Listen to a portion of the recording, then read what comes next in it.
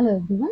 आज हम डिस्कस करने जा रहे हैं कि जब हमारा क्लाइंट सैलून में विजिट करता है और उनको शैम्पू कराना होता है तो उनसे हम लोग किस किस बात पे डिस्कस करें कि उनको कैसा शैम्पू चाहिए, उनका हेयर का क्वालिटी क्या है, ड्राई है, ऑयली है, किस सेंसिटिव है, डैंड्रफ है, किस तरह का उनका हेयर है।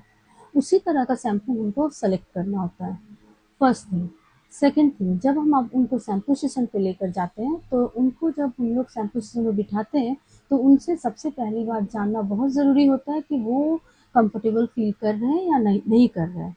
पहले उनको कंफर्टेबल फील कराना है, फिर उसके बाद उनके हेयर को अच्छी तरह से वेट करना है और उनसे इस बारे में भी डिस्कस करना है कि उनको किस तरह का वाटर चाहिए, कोल्ड वाटर चाहिए, वार्म वाटर चाहिए या नॉर्मल वाटर चाहिए। ये सब डिस्कशन बहुत ही ज़रूरी होता है एक क्लाइंट के साथ, क्योंकि आपको सैलून में विज़िट कर रहे हैं तो उनको कंफर्टेबल फ़ील कराना, उनके बारे में जानना बहुत ही ज़रूरी है।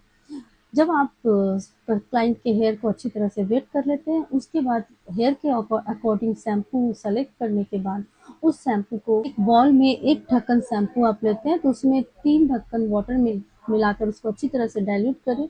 करने के बाद ही शैम्पू को यूज़ करें, क्योंकि किसी भी तरह का शैम्पू थोड़ा केमिकल उसमें होता ही है, तो इसलिए उसको पहले माइल्ड बनाइए।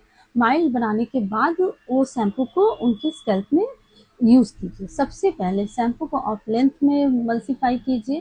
डायरेक्टली स्कैल्प से स्टार्ट नहीं करके आपको लेंथ से स्टार्ट करना है। फिर उसको आहिस्ता-आहिस्ता बहुत ही कंफर्ट हाथ से, बहुत ही सॉफ्ट हाथ से शैम्पू को मसाज करना है स्कैल्प में। मसाज करने के बाद उनको अच्छी तरह से मसाज दें, जो उनके हेयर में कितना वो प्रेशर ले पाएँगे, उनसे आप पूछ कर उसके बाद उसी तरह का मसाज आप उनके हेयर पे करें। अगर उनको सॉफ्ट हैंड पसंद है, सॉफ्ट हैंड से मसाज करें। मसाज करने के बाद अच्छी तरह से उसको रिंस आउट कर दें। रिंस आउट करने के बाद आप सेकेंड टाइम जब फिर शैम्पू लेते हैं तो आप सेम प्रोसेस से शैम्पू को लें। एक बॉल में शैम्पू को वाटर के साथ डाइल्यूट करें। डाइल्यूट करने के बाद पूरे अच्छी तरह से स्कैल्प को क्लियर करें, अच्छी तरह से मसाज करके, अच्छी तरह से शैम्पू करके, उसके बाद अच्छी तरह से आप हेयर को वॉश करें। वॉश करने के बाद आप ये इस बात का तो बहुत ही ज़्यादा ध्यान रखिए कि हेयर में थोड़ा भी शैम्पू नहीं रहना चाहिए, क्योंकि वो शैम्पू हेयर के लिए बहुत ही हार्मफुल होता है। तो अच्छी तरह से वॉश कर लें। वॉश करने के बाद आप क्लाइंट के हेयर के अकॉर्डिंग कंडीशनर चॉइस करें। कंडीशनर को अच्छी तरह से हाथ में मल्सीफाई करें। उसके बाद डायरेक्टली स्कैल्प में नहीं लगाकर लेंथ में आप कंडीशनर को अप्लाई कीजिए। अप्लाई करने के बाद उसको हल्के हाथ से मसाज करते करते स्कैल्प तक जाइए।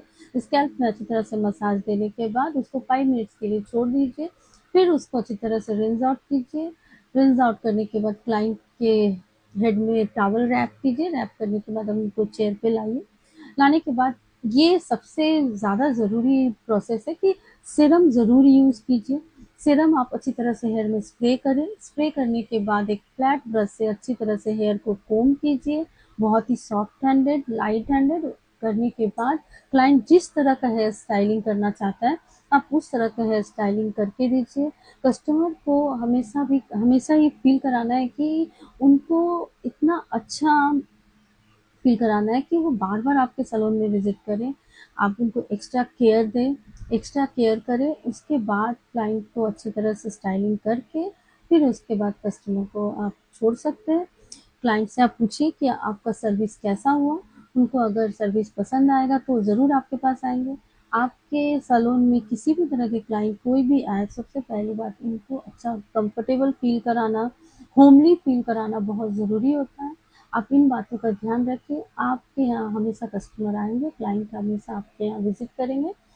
Thank you everyone.